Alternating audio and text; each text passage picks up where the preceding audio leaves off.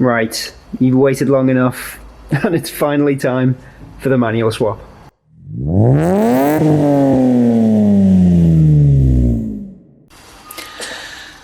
It's finally time.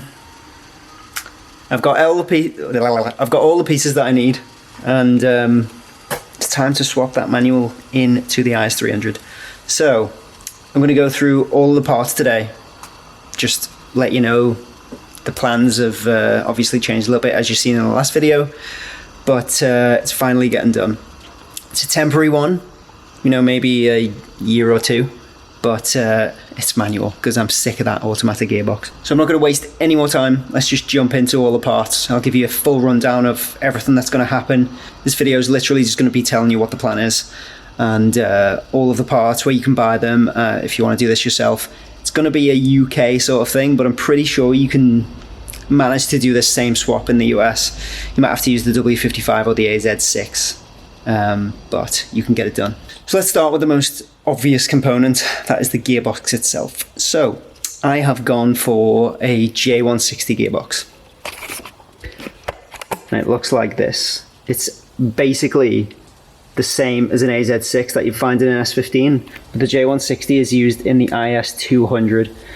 For those who don't know what the IS300 is, for those in the US and in some other parts of the world that didn't get that car, it's basically an IS300 but with a different engine. So, well, it's an Altezza with a different engine. It's a 6-cylinder 2-litre 1G FE engine, naturally aspirated, about 150 horsepower. It's not very impressive. 200 newton meters of torque, I think. These gearboxes we're putting there, it's a 6-speed. Doesn't take a whole lot of power. I'm pretty sure it's identical to the AZ6. And the AZ6 is found in the Nissan Silvias, the gearboxes that are connected to the SR20. So it's not a very strong box. I think they can take around 300 to 350 horsepower reliably without dying.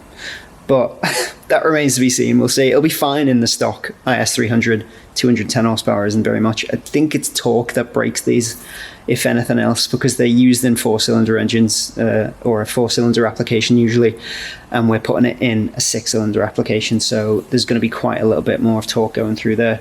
Plus the ECU is reprogrammed to increase the torque slightly as well. It should be absolutely fine. I know people who have thrown these into IS300s and drift them, and it's fine. The problems will only come when I'm going to turbo the car and add some boost. But we'll cross that bridge when we come to it. If you want to know more about the IS200 and the IS300 differences, then I have got a video that you can watch. I'll try and leave a link here if I can figure out how to do it. And it tells you all the differences. But I had the IS200 first, for those of you who have followed the channel before I got the IS300, and I upgraded. It was an upgrade, definitely an upgrade, but I lost the manual gearbox and had to get an automatic because here in the UK, in Europe and Australia, we didn't get the IS300 manual versions. We only got the automatic, which is why I'm doing this swap in the first place. I think the next most important thing that I can show here is this thing. This is a Bellhousing adapter. So basically what it is the Bellhousing from an IS300 gearbox, the J160, and this plate, which has been, well, the old one that fits the 1G FE engine has been cut off, and this one has been welded back on, and this plate fits the 2JZ engine. So the idea is to remove this one and replace it with this one. That means that this gearbox can then be used in the IS300. That is something we need. Can't quite remember what it is, but I know it's important. We've got an elastic band. If anyone's seen George Hampl's videos, you'll know exactly why we're using this. And we got the bearings that we need. There's another one, the pilot bearing somewhere. And these are the bolts we need to connect it all up. So of course, we're gonna have to add in a clutch pedal. So this is a clutch pedal from an IS200 Sport. And this is the brake pedal. Obviously, the brake pedal on the IS300 is absolutely huge, like twice as wide as this, so we're going to replace it with this. and these little covers aren't new enough for me, so these are used, and I've got some new ones here that we're going to be able to replace to make it look nice and shiny. Next, clutch hose, HEL or HEL Performance. I'm not sure how you're supposed to pronounce it. This company. Then we've got the Clutch Master cylinder. Let's just get this out of the bag. I need two hands. Bye bag.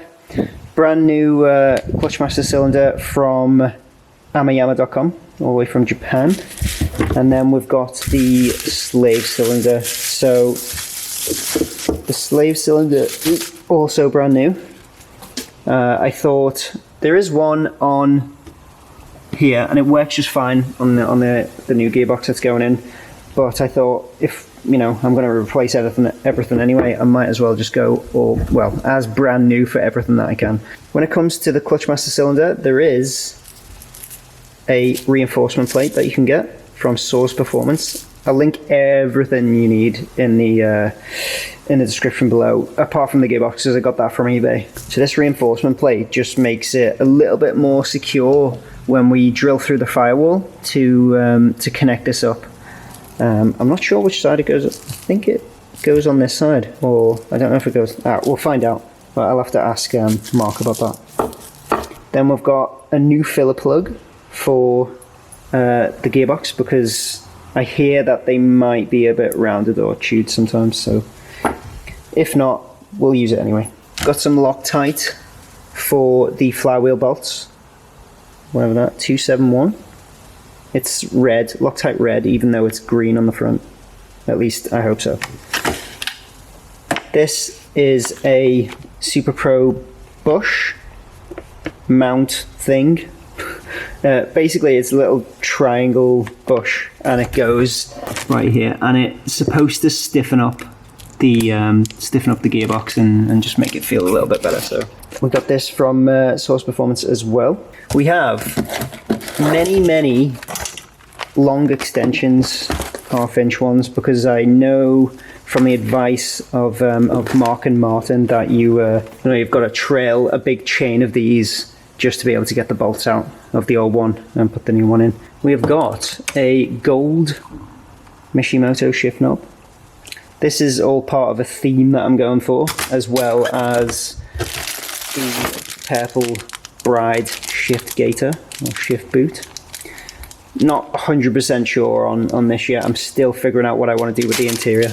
We've got some gearbox oil. We need 2 liters of this stuff to go into the new box when it's fitted. Now, this is a reprogrammed ECU. So in the past, a lot of people use this little square sort of rectangle device thing, and it was sort of a reprogramming addition that you had to wire into the existing ECU to make sure that the gearbox software was all changed to manual, and so that you could use the new gearbox.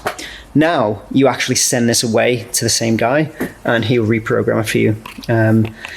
So I bought one off eBay, just a regular 2JZ automatic ECU for the IS300, and I sent it away to him and he removed all of the automatic gearbox software. Actually, I've got a list here of everything that he did to it. Okay, the list is upstairs.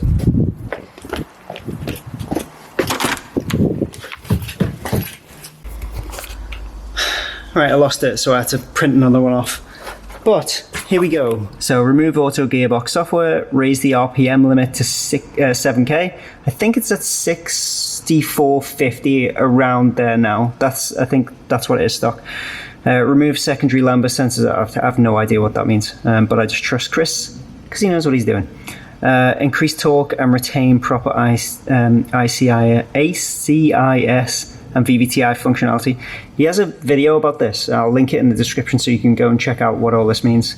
And remove the immobilizer. That's obviously so that I can use this new ECU with my car. Since it's programmed to the other one, the keys won't work unless the immobilizer is removed. We also do a pop bang map Yep, I skipped that one. I haven't got a decat anyway, and he said it would just mess up your cats, even if you have one. But pops and bangs are ridiculous. Or as Adam LZ would say, stop the Bible tunes. I agree. That's the ECU then. That was £350 to get programmed, and I bought it for like 60 off eBay. Next is, I got a clutch and flywheel kit from Conceptual Performance. Only a cheap one, wasn't anything crazy, because this isn't like a super temporary solution to my manual gearbox needs. So I just got a cheap clutch. Some ARP bolts though, not cheaping out on the bolts and stuff. There's some more. Pressure plate, I'm guessing. Don't know, I have no idea. Oh, this is the flywheel, actually. So, there we go. Let's have a look at the clutch, which is in here. That's the clutch. Just your basic ass clutch. Right. Bearings and stuff in here, and here's the pressure plate. Here we go. This is the front section of a drive shaft from a manual IS300. It's a little bit shorter, I think, or longer than the IS300 auto one. So the idea is you use the front section of the IS300 manual. So what you need here is the PT68 section, which is the front section of a manual IS200, and the rear section of the IS300 Auto, and that makes everything, along with the adapter plate, the adapter Bellhousing Adaptor, whatever. Everything should fit lengthwise. Here we are at Source Performance. Here he is. Brakes. Squeaky! Oh, I hear an LS400 brake setup. Yeah, not a very good one though. Club 300, only the best. Yeah, good. Good stuff. Now you're on YouTube, so... Probably get a prop shot. Yep, this is Mark. If you want anything IS300 or IS200 related, this is your man. And this man, Marty, right? Martin. When's your project going to be finished? One day. One day, maybe. Right, the PT67 is the auto. That's not what we want. PT68 is what we're looking for. So there's a big selection here. We're just going to pick. Well, take our pick. Thanks, yeah. This is the stash. Bonnets and all sorts. This is one storeroom. Yeah. One storeroom. Doing a bit of work and finish it off. Mark needs new brakes. This is a 1J. Is it 1J? Yeah. Woo! Oh, it's like the dream engine there. Oh, I just bought this battery. Literally just bought it the other day. Best batteries you can buy for these. Oh, are they? Oh, that's good. Yeah, 100%. Yeah, it will get there one day. Is it stock? Yeah, it's just stock turbo, stock fuel in. Just going to run a HKS fuel cut defender and boost controller and just turn it up a little bit. We've already got a HKS boost controller all plumbed in, ready to go. Just got to connect the vacuum lines up onto here. And then, yeah, run it probably about 10 PSI. In theory, with the pipe work in the intercooler, should see 320, 330 brake. It's enough. More than enough for now. Yeah, that's all I want in mine to begin with when it goes turbo. Yeah. Not a whole array of parts. Green, we see. It is a green boot lid. Yeah. Got a stack of boot lids there, and then, yeah, just boxes of parts, loads of lights. All from cars we broke. Come on down and get your stuff. Yeah, give us a shout, either me or Martin. You can get pretty much whatever you need, right? Yeah, we've got, well, as you see, 2 storerooms full of parts, and we've got another 3 cars sat waiting to be stripped, so plenty of parts. Sick. Oh, I'll leave all the links in the description so you can go and see Mark's website. sourceperformance.com? Yep, .co.uk. .co.uk. Bye! See you later. See you soon. That's it. That is all I'm going to need, I hope. I'm pretty sure that I've got everything here. If there's something I'm missing, I'm just going to have to get it closer to the time, or as I'm doing it. Which there inevitably will be something that I've missed. There always is, and then I'm always waiting on something then. I'm guessing this is going to take, I don't know, anywhere between a week and 10 days to film, probably, because I want to get all the right angles and go into super detail as I usually do. First thing we're going to do tomorrow, I'm going to upload this in parts. I'm not doing one big massive video because I always do that, and it's like so much to edit. So I'm going to break it up this time. I think that's a better way to start uploading anyway. First thing we're going to do tomorrow is remove the Bellhousing from the gearbox, and we're going to put the adapter plate one on. Then we're going to fit the pedals as well. That shouldn't be too hard. And then we're going to put the master clutch master cylinder in as well. Nothing more to say other than I'm going to start tomorrow. I'll upload this tonight. So yeah, video yesterday and video today. What is going on? No, I've really missed uploading, and I want to upload a lot more, but I've just been, this is what I've been saving for ages, for months and months and months now. And that's why I haven't had any videos on the channel. So yeah, anyway, go follow me on Instagram. You'll get all the updates there. Everything that I don't post on YouTube, I post over there. Like, comment, subscribe. We're so close to 4,000 now. I can't even believe that that 4,000 people want to watch a pleb like me mess about with a Japanese car. It's Japanese. It was made in Japan. Not JDM though, apparently. But yeah, I'm extremely appreciative of for everyone who watches the videos. It's quite humbling, flattering that people want to watch. I'll continue to put out the best content that I possibly can. This one's going to be a really good one.